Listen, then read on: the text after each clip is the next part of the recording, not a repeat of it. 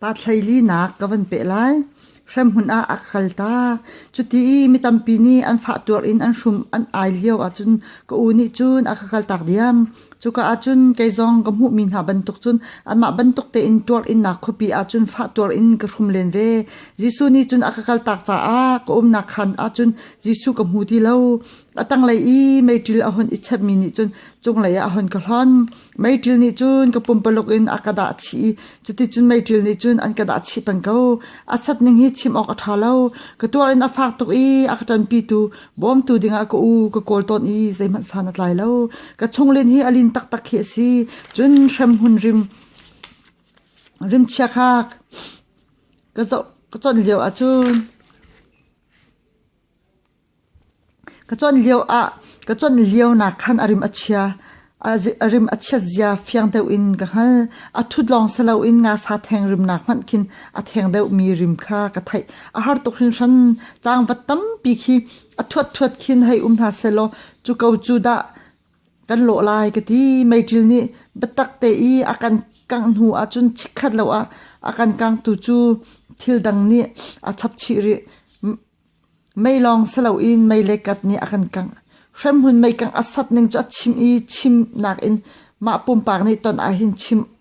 chim nak na fiang do cholong asri lo hrem hun thaulung akan khoi vir tu ding kan mu hin chun ka ti tok i kan pum palok hin kan thar hrial le chho kho nak ding a tung lo chuti chun hrem hun thaulung ni chun a hun kan pan ve cham mam chu ka du lo ti in ka ui thaulung ni ka chim mi zaiman a thai nai sai ve tung lo thaulung ni chun avan ka fil ve cham mam chu o man chho khalo tiang ka le khloma ko nam tem hur in ru chung hi idin bak lo in chun len usilo chunang man chun afak da lai chim ok tha lo khies ko shum ai zia man thiam aslo ram hun chu ni le chan asaw khun i ko ni hi ni tam tukte akal tak hi ta ka ti len ta ram hun chung tlar ok mak chun ko u khuzai adan te kaw kan tam tor ning chu kan jang kan i phak chew na chuti a har kan ti leo chun ka pong a mi keima ban tuk i fa tor ing ve mi ni chun arun kana i veimu kamo nang chu kan sinangan fa tor in ve i asina in kan har tu nang chu ji suni an kal tak ronga hiti i atem tor ve mi hi na sikau i an huwa arong in foi than kau lai him hun na chua tak nu zonga ka phil hamu ka har nak tor in mi hi ti in mi thlit tlabu in achim aba chimi ni chun ka thinlung a khoi tuk asina in thil dang zai mat krot nol than kholo maitil sa tuk mi ni akakang thlang thun phon i thaulung ni din lo in akaver lang mang phone zaiti ok hal lo chun ka shum than lang mang a har tuk hrim sanda lutluk in ke thlek tia a fak lo te hi lo la adi lakhin an fak tuk ko mai kang chu tlompala arut ithlang i mai kang situng arian tuaning akhat lo mai til ni chun dai lo in akan kang lamang i kan di lakte chun kan uddi minak nikru mi phunte na ban toknak in akan kang di chun kan ma pum chung cheu chun kang rim achuak i arim achia tok mi mit hit atlol chang mi rim city lo in thil kang rim dang arim achia tok mi ni chun akan bor akan zal than kan ma te cheu in kan rim achia zia chu kan thai cheu ko chim fian thiam ok lo tiang khin kan rim chu achia di cheu ko sham huni kan nak in ka le chu ka hei zo i midang pol ni in ka tlum lo ti ok in an rung kan lu chi phone sham hun i au mi na ni midang an lu apai an ti ton kha amhan to ke zong ni har nak tong ding i midang an i chap chin lang mang chu apai ke ti to ani lu thar na zong chu an dong lu sina utlak an akang chol na sham hun kum le khwa mei nak achun aho man mai hal kho kan lo mi vel te kan ikhadi sham hun chung cheu kan sikko cha aho man a wa kho mi kan lo Julio achun setan azul tu na ni chun aw mi le na chet mi chu an hai a am bang na jang pha nak ngai lo in ila chok mak in an chui ko na mi pakhat ka pin le deu te i a phak ti i aw mi chu setan zul tu ni chun alu thlung sam in avan hu i am haya bang i chutilom mam chun aw thana chetuk aw in aw shim ti la arun ti kazang afak tuk chuti i an sikpa chun chai chik chak in an vel phone an vel pa phone sham hun i mi pa pakhat ni chun veimu afak tuk i aw lo in ko kho shim lo ati i chu chang ka chun setan zul tu han ni chun al han nak i fak de in an vel than na hei kan za lo ve na kan le ngam ti in an shawi an kal tak setan zul tu han ni chun an rian tron chu fair fight ti in an tron achan a chu lucifer ni chun sham hun chung zon in athla chu arun za than ton i mai chu chole tampi na lin ton chu ti chun chan sao pi chung chu mai kang nak i kan u nak ngan nak pi he chun akan sham hun chung achun mai ni phak pi in akan kang jong zal ko bu chun sam pha pakat man he akang khau tak lo khru a khar ngai se ko tompal nu achun mai kang chu a thlang thani chu chang ka chun kan ni chu chung lei a akan choi than i tang lei kam phan hlana ko ji su chu ka khan chunga rung lut in mitampi nak sham hun chun arun kalak i kasin asin a ko tar than atang chung ko nu chun mai ni pha nak aka pe khauti lo sham hun mi ha chu chung le a mai ni a hon the chaun ha nak in anrun tlak than a chun mai ni akang na ning chu azwal chin reu fu voksa reu fu ban tok hian lo ko kang di ti tung lo in an song e an he da an thau his thau kol tak mi achuak i chiti ahong chua nak pau chu ahon ton i an kek sup map na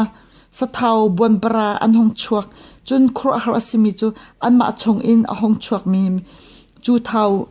chep chup in an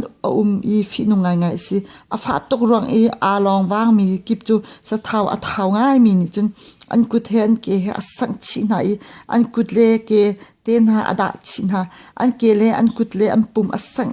chi na i an hun than hin chun azam i fi anong tok chu thil fi nong chu mi chu an pum a ben thop chan tompal nu a khin an ma ruam am pum san alhan i an taksa kel te akhan an than an taksa chu atlor nar phun khin a di i fi anu ngai sham mun chung i mai kang hi akang ning an ilo cheu lo sham mun i an me sham ning chu afa tok ning le ti anun tok ning nak laka setan zul tun hani chu an ingai chi an sham chi lang mang ha boy pani sham hun akaza upiton hi chu har tok ti anong to ko jisu sin achun ko je na kakal tak sab tok te pai na kakal tak chu ka ti ko ni chun hi ti hin akale hu long salo in a har ning na chim thiam nak ha ding cha kan kal tak asikha tampi kan kal tak lo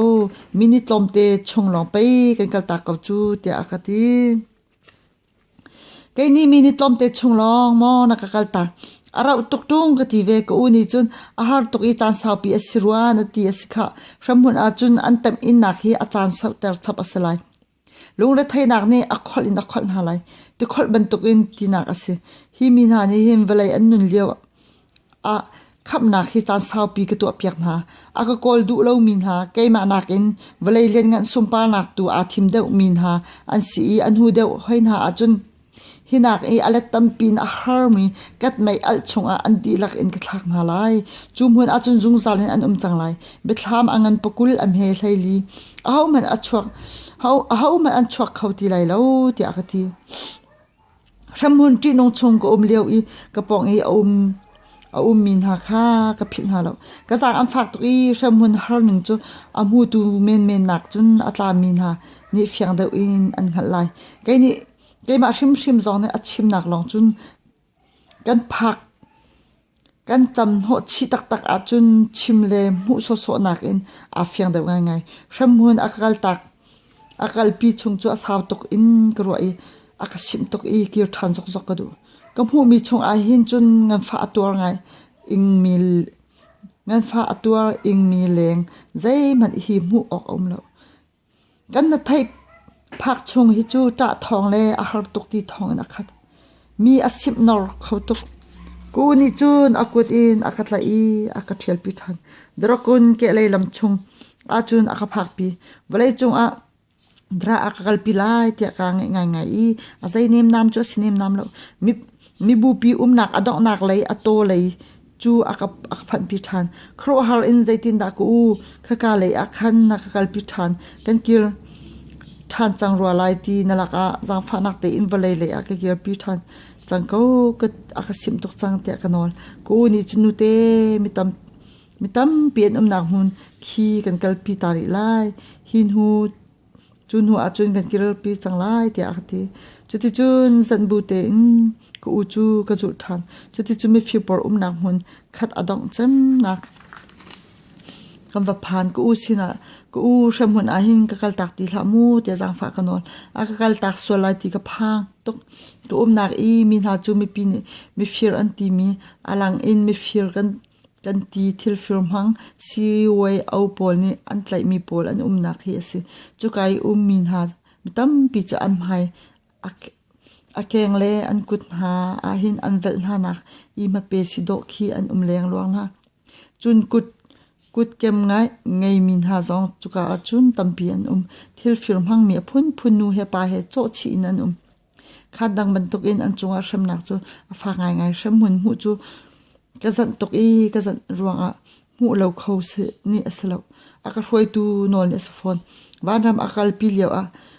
kabachim atam bik chu boipa achan toy tok kadu ri suimalam pakhat chungtal ri ka usi tia ase ti ase shamun akakal piton tu a hin chun akasim chang asaw tok chang ti in kal chang usi walaya kir kadu tin ti hi ase an ilaw tok mi firmin ha khana adong nak bi a chan toy te kan I chun hu achun walai le a kalpi than saltang chok ban tukhin kaza along arau ta nak kasal katak sa ako than arau thana katak sa ko than shamhun akaza upi na ka hin katak sa ni fak tokhin atur ton ta along karian ko kaming hal mitam pi ka mu phone ha chun katak sa hi aba tok ton I ka hong film ka hoi ha a hin chun ka ba I tha sang ka ngei lo ka tha hi athlep ko ka tha hi a hit ban tok hin au mi shamhun rim hi kan hala a cham pen ka luak ni akaton I zaiman ai kholo in ko taksa afak lung amit phone mit li he nap duk he a hartuk aka hroi than lai hi kazan tok ton shamhun I akal pi nak halo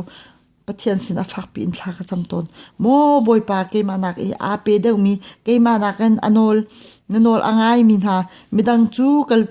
tu kal pi ko chang to na ke chu ka thling lo tia thla ka chamton asina in jaisan atlai lo chances chamsa so asako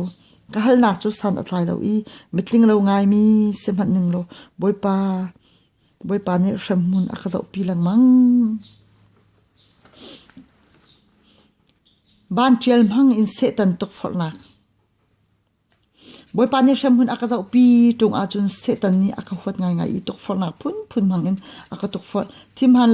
thilman lo tok mi aka mu tar I lang na khi sho azuam lang mang February ni thumzan pum di ak kan ina kan ithut pum na I julio achun irarin man lo in ka thut nak chun ka tlu I thram ni aka hroi than ku ni chun chungla ya kai pi I shamhun lam achun kan kal than idin lo in rul pi pum ban tok shamhun lai lam achun kan kal idin lo in lam hla pi kan kal nu achun aka hroi tu jisu chu ka muti lo hi hu lei ka mer I ka zau I ke ma long pi ka siko shamhun lam pial zon kan kal chompal achun kal tak mi ke ma long in ka kal rak siko kum nak in lam hla pi akhin jisu adir ko khi kai mu in ku rak zai chada ke ma long in na ka kal tak ku karak in ha lai ti in ku chu ka ku ni chun khatikhan kal nang mang ka nang ma long khan ke ma ni kan zau boy pa thraw ni chun ako pi pang ti chun ke ma long in hai le pan in ka kal lang mang zai mo chan ka kal hu chun kam hai le in van mi ke ma le pan in andot ka mu a do tok I an thiang hlim ngai phone kom nom phun khi an se an pan hi chun an rak hol pa len ko ka thin long en o mi zai da sing ha chu ko hoile hoin ha kha an sing ha mo ti karwat julio achun an rong phan pakhat deu ni chun aka chhoni alhan I no hoile khapai kan si chu atu tok hin chun kan in hroi than changlai tia an ka ti chuti chun ka chul na lai ka ti liaw a chun ka thinlung a boi pa bia arong phani hramhun aka zau pi lai I abechim hramhun lei kan zau pi chang lai I atu thok hin chun van ram lei kan zau pi ti lai lo atu kha ka thinlunga hongpem ati kha ka thinlunga hongpem chu thok chun setan zul tu an city ka hongfiang chun jisu ni ara ka hruai lai I abechim mi atu thok hin chun keimani kan hruai chang lai ati kha fiang te in arong lang chol phone afim azal setan ati nak ase li in arak ka hlau deng mang korin kwat ni angan pali setan ni hin pathian bia he ape tla in bichim hi athiam tok jisu ni ak hruai chang nu a thin ko hoile ban tok I lang E anma le a hruai hlau an rakatim arak sidiam ti tial ase tim hang in setan ni arak katok forton I amhan tok hring shanda van mi ban tok in arun elang setan zul tun ha chu halfian in an chang cheu van mi ban tok a isar in mi an tok forn ha I an hlau tlaw ton ha lam han lo a hruai akatim tu setan chu mol phautar in a nu a chun an liam hlan in kasir a van mi thuam in a thuam I kasin arami ka mu than alang ning a chun thil thangai mi mu khin ka mu kasin arong phan sin in ani ni kam hai I arami van mi atim mi na kha cheu minung an si nangma mol phautar ding in arami an sikha kan ni chu nangma ando tu tak na cha I thla chuana arun phor tu ding kan si atu zong a hin na cha I thla chuana si kan du bi chu ronga hi na cha thil tha tuk mi kan run kan hi kan thil kan mi hi mi tam pi ni ngai an du I an halton asna in mizaran sin a kan pek du na lo na cha a kan run kan mi asitia chimpa khin an ni mini ngam tlak ok te khin an zai pau tampi bom an ka san lo tia ka ro ka thin lung in hi min ha hi ko hoile si do an sak ka ti ama san ha ban tok kha an salo ani ni hin chun ka cha thil tha lo an ti du lai lo ka cha thla chona phor tu asikaw lai ko hoile van min ha shim kha an sikaw lai hi tia ka lung thi te in ka ti chun kai ni ka thon ha I asile zai thil thada na ka pek lai chiti re ru I na ka du pek mi chu thil thangai ngai asi ka zum khoi ka pe to u tia ka hal na ba min ha ni chun zau to hi tia chatrial tam pi am van chho pi kai ni chun aru ok ka hal shim la shut ngai khin kha zaitin da ka ti lai ka tin ha than chun ani ni chun atu leu I mi ni hal an du bik mi chu phai le an ton lai mi kong ara lai mi chan hal hi an du bik mi asin ma chu mu tar khona hal tar khona kan pek lai chu na ban a kan tial lai I kan ni atial tu hi chu na an kan hu khau tung lai lo I chuti chun thla chona tampi na mu lai na ban I tial na du lo le na phai a kan tial lai I nan hi na hlim lai I atial chia mi chu an rel ko lai na van atha tok lai chuti chun million ngan a kan insar lai tia an ka chim chuti chun ka thin a hong chal van min ha ban tok I asar mi masa min ha na khan hlen tim in an ka tok for cheu thrau ban tok in isar thrau thiang hlim hang in aka hal tar chang chun hu a tai shim itim in khuchiaren tron tak mi a hlan ton nak na ban tial hang in aka tok for nak chu boi pani aka hal tar than chu chang ka chun ka thin hun nak ni chun jisu khri bai lam ta I atai nak athisan in athen hlim tar mi ka si nak hang in ka hong aw aro hlana an di lak in khozai an kalpan hallo in an tlaudi valai cha chun setan tok for nak hi du anung I mit athi khongai Lucifer ni akan tok for ton nak tam bik chu kadu lo mi phun sala un kadu bik phun thil hang in aka tok for ton atete achun atirte achun do tu tak zon ro tu le zam fa tu kan hal mi pa akan pe khau tu ban to kan alang I asal I mi an tan chang ka in mol phau nak le lung re thai na a phak tar ton setan zul tu pol ni an ka tok for di achun ku uni chun arun ka pan than ku mui cha pan I zo anom tok ku je cha da nak kal tak setan zul tu hani phak pin an ka tok for sikha tia ka ti ani ni kanaw atha ko nang ma a setan tai in setan ni phim ngai in adna chol chang ning amizia nang hal cha nanun hi thlacham nun zong a ngol lo in thlacham langmang chun na mai I tu ading asimi pau tu langmang chuti chun setan ne an tai balai lo ti aka ti chuti chun sham hun le lampan ti lo in valai lam a kan kir than pat sei nga na kam ban pe than lai